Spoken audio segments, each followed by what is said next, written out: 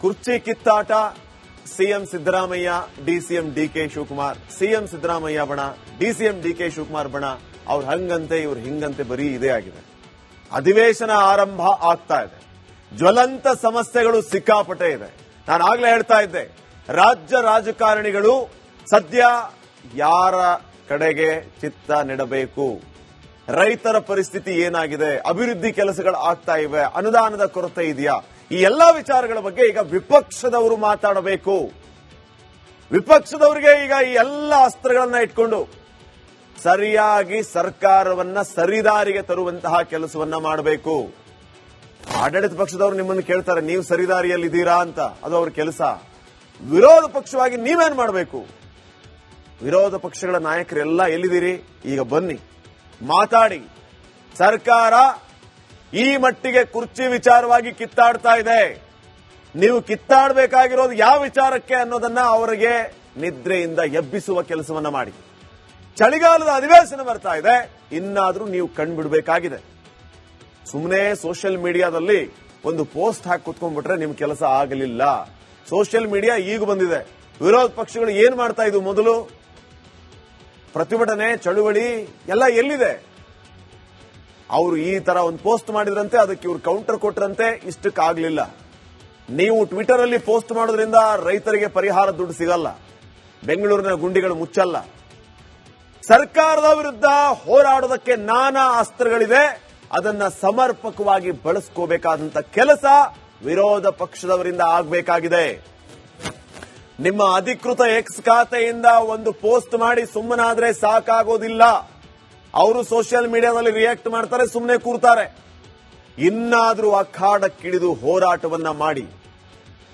ಇನ್ನಾದ್ರೂ ವಿರೋಧ ಪಕ್ಷದ ಖದರ್ ಏನು ಅನ್ನೋದನ್ನ ನೀವು ತೋರಿಸಿ. ಇದೇ ಕಾಂಗ್ರೆಸ್ನವರು ನೀವು ಅಧಿಕಾರದಲ್ಲಿದ್ದಾಗ ಯಾವ ರೀತಿ ಹೋರಾಟಗಳನ್ನ ಮಾಡಿದರು? ಪೇಸಿಎಂ ಇತ್ಯಾದಿ ಇತ್ಯಾದಿ ಏನೇನೋ ಹೋರಾಟಗಳನ್ನ ತಂದ್ರು. ನೀವು ಬಜೆಟ್ ಮಂಡನೆ ಮಾಡುವಾಗ ಇದೇ ಸಿದ್ದರಾಮಯ್ಯ, ಇದೇ ಡಿಕೆ ಶಿವಕುಮಾರ್ ಅವರು ಕಿವಿಯಲ್ಲಿ ಚೆಂಡು ಹೂವ ಇಟ್ಕೊಂಡ್ ಬಂದ್ರು. ಯಾವ ರೀತಿಯ ಸಂದೇಶ ಹೋಯಿತು? ಈ ರೀತಿ ವಿರೋಧ ಪಕ್ಷದವರು ಈಗ ಕೆಲಸ ಮಾಡಬೇಕಾಗಿದೆ.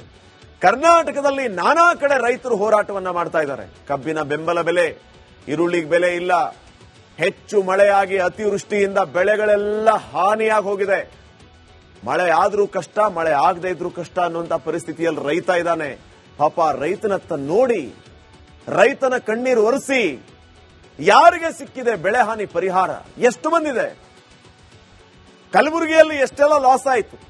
ಉತ್ತರ ಕರ್ನಾಟಕದ ಬೆಳಗಾವಿ, ಹುಬ್ಬಳ್ಳಿ, ಧಾರವಾಡ, ಗದಗ ಈ ಎಲ್ಲ ಕಡೆ ಎಷ್ಟು ಲಾಸ್ ಆಗಿದೆ ರೈತರಿಗೆ.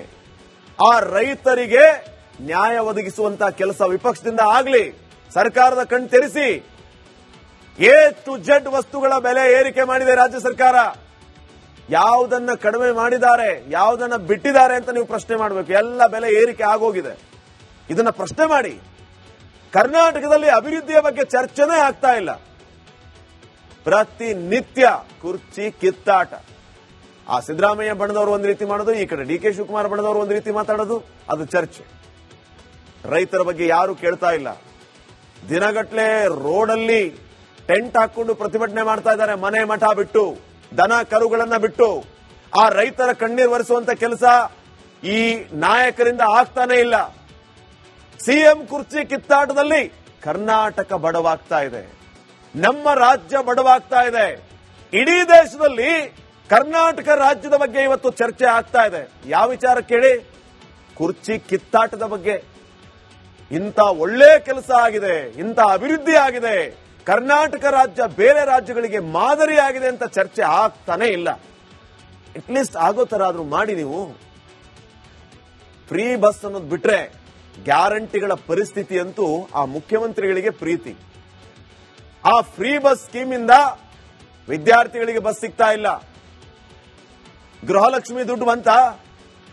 ಅನ್ನಭಾಗ್ಯದ ಅಕ್ಕಿ ಯಾವ್ದು ಸರಿಯಾಗಿ ಬರ್ತಾ ಇದೆ? ಗೃಹಲಕ್ಷ್ಮಿ, ಅನ್ನಭಾಗ್ಯದ ಹಣ ಸರಿಯಾಗಿ ಬರ್ತಾ ಇಲ್ಲ. ಅದನ್ನ ಕೊಡಿ. ಇಷ್ಟೆಲ್ಲ ಆದ್ರೂ ಕೂಡ ಬಿಜೆಪಿ ಮೌನವಾಗಿದೆ. ಮತ್ತು ವಿಚಿತ್ರ ವೀಕ್ಷಕ ಸ್ಥಿತಿ ಅದರದ್ದು. ಹೋಗಿ ಕೇಳಿದಾಗ ರಿಯಾಕ್ಟ್ ಮಾಡೋದು. ಇಡೀರಿ ರಸ್ತೆಗೆ, ಸರ್ಕಾರದ ಕಣ್ ತೆರೆಸ್ರಿ. ವಿರೋಧ ಪಕ್ಷ ಅಂತ ಏನಕ್ಕೆ ಕರಿತೀವಿ ನಾವು? ವಿರೋಧ ಪಕ್ಷವಾಗಿ ನಿಮ್ ಕೆಲಸ ಏನು? ಅವ್ರ ಸರ್ಕಾರ ಬಿದ್ದೋಗುತ್ತೆ, ನಾವು ಅಧಿಕಾರಕ್ಕೆ ಬರ್ತೀವಿ ಅನ್ನೋದು ವಿರೋಧ ಪಕ್ಷದ ಕೆಲಸ ಅಲ್ಲ. ಅವರು ಬಾಹ್ಯ ಬೆಂಬಲವನ್ನ ಕೊಟ್ರೆ ನಾವು ಬಂದು ಸರ್ಕಾರ ಮಾಡ್ತೀವಿ ಅಂತ ಹೇಳೋದು ವಿರೋಧ ಪಕ್ಷದ ಕೆಲಸ ಅಲ್ಲ. ನೀವು ಕುರ್ಚಿಗಾಗಿ ಹೊಡೆದಾಡ್ತೀರಾ? ಹಾಗಿದ್ರೆ ನೀವು ಕುರ್ಚಿಗಾಗಿ ಈ ರೀತಿ ಸರ್ಕಸ್ ಮಾಡ್ತಾ ಇದ್ದೀರಾ? ಅದನ್ನೆಲ್ಲ ಬಿಡಿ. ಸರ್ಕಾರ ಆಡಳಿತದಲ್ಲಿರುವಾಗ ವಿರೋಧ ಪಕ್ಷ ಏನ್ ಕೆಲಸ ಮಾಡಬೇಕು? ಯಾರಿಗೆ ಅನ್ಯಾಯ ಆಗ್ತಾ ಇದೆ ಆ ಅನ್ಯಾಯದ ಪರವಾಗಿ ನೀವು ನಿಂತು ಸರ್ಕಾರದ ಕಣ್ ತೆರೆಸಬೇಕು. ಈ ರೀತಿ ಆಗ್ತಾ ಇದೆ, ಬನ್ನಿ ನೀವು ಬರೀ ಕುರ್ಚಿ ಕಿತ್ತಾಡಬೇಡಿ ಅಂತ ನೀವು ಹೇಳಬೇಕು. ಆ ಸದುಪಯೋಗ ಮಾಡ್ಕೊಳ್ಳಿ. ಅದನ್ನ ನೋಡೋಣ ಬೆಳಗಾವಿಯಲ್ಲಿ ನಿಮ್ಮ ಪರ್ಫಾರ್ಮೆನ್ಸ್ ಯಾವ ರೀತಿ ಇರುತ್ತೆ ಅಂತ. ನೆಕ್ಸ್ಟ್,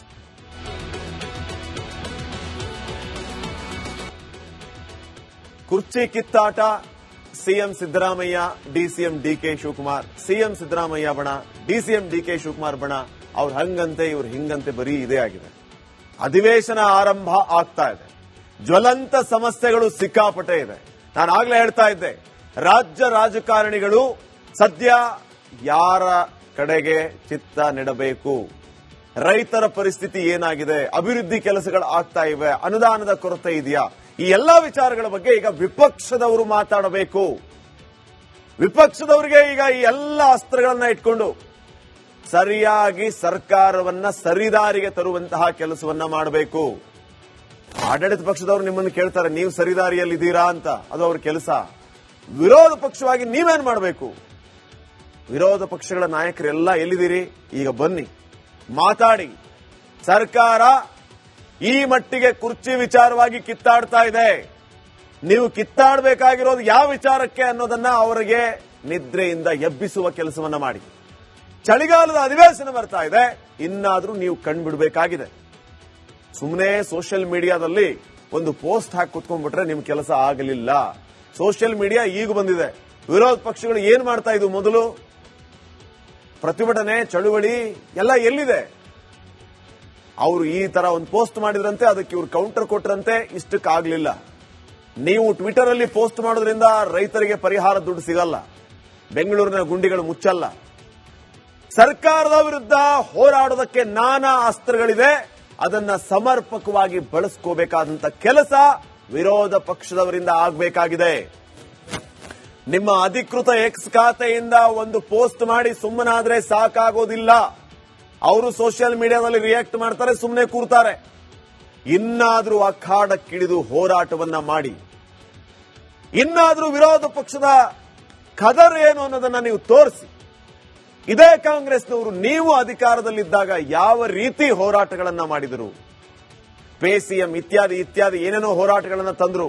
ನೀವು ಬಜೆಟ್ ಮಂಡನೆ ಮಾಡುವಾಗ ಇದೇ ಸಿದ್ದರಾಮಯ್ಯ, ಇದೇ ಡಿಕೆ ಶಿವಕುಮಾರ್ ಅವರು ಕಿವಿಯಲ್ಲಿ ಚೆಂಡು ಹೂವ ಇಟ್ಕೊಂಡ್ ಬಂದ್ರು. ಯಾವ ರೀತಿಯ ಸಂದೇಶ ಹೋಯಿತು? ಈ ರೀತಿ ವಿರೋಧ ಪಕ್ಷದವರು ಈಗ ಕೆಲಸ ಮಾಡಬೇಕಾಗಿದೆ. ಕರ್ನಾಟಕದಲ್ಲಿ ನಾನಾ ಕಡೆ ರೈತರು ಹೋರಾಟವನ್ನ ಮಾಡ್ತಾ ಇದ್ದಾರೆ. ಕಬ್ಬಿನ ಬೆಂಬಲ ಬೆಲೆ, ಈರುಳ್ಳಿಗೆ ಬೆಲೆ ಇಲ್ಲ, ಹೆಚ್ಚು ಮಳೆಯಾಗಿ ಅತಿವೃಷ್ಟಿಯಿಂದ ಬೆಳೆಗಳೆಲ್ಲ ಹಾನಿಯಾಗಿ ಹೋಗಿದೆ. ಮಳೆ ಆದ್ರೂ ಕಷ್ಟ, ಮಳೆ ಆಗದೆ ಇದ್ರೂ ಕಷ್ಟ ಅನ್ನುವಂತ ಪರಿಸ್ಥಿತಿಯಲ್ಲಿ ರೈತ ಇದ್ದಾನೆ. ಪಾಪ ರೈತನತ್ತ ನೋಡಿ, ರೈತನ ಕಣ್ಣೀರು ಒರೆಸಿ. ಯಾರಿಗೆ ಸಿಕ್ಕಿದೆ ಬೆಳೆ ಹಾನಿ ಪರಿಹಾರ? ಎಷ್ಟು ಬಂದಿದೆ? ಕಲಬುರಗಿಯಲ್ಲಿ ಎಷ್ಟೆಲ್ಲ ಲಾಸ್ ಆಯಿತು. ಉತ್ತರ ಕರ್ನಾಟಕದ ಬೆಳಗಾವಿ, ಹುಬ್ಬಳ್ಳಿ, ಧಾರವಾಡ, ಗದಗ್ ಈ ಎಲ್ಲ ಕಡೆ ಎಷ್ಟು ಲಾಸ್ ಆಗಿದೆ ರೈತರಿಗೆ. ಆ ರೈತರಿಗೆ ನ್ಯಾಯ ಒದಗಿಸುವಂತಹ ಕೆಲಸ ವಿಪಕ್ಷದಿಂದ ಆಗಲಿ.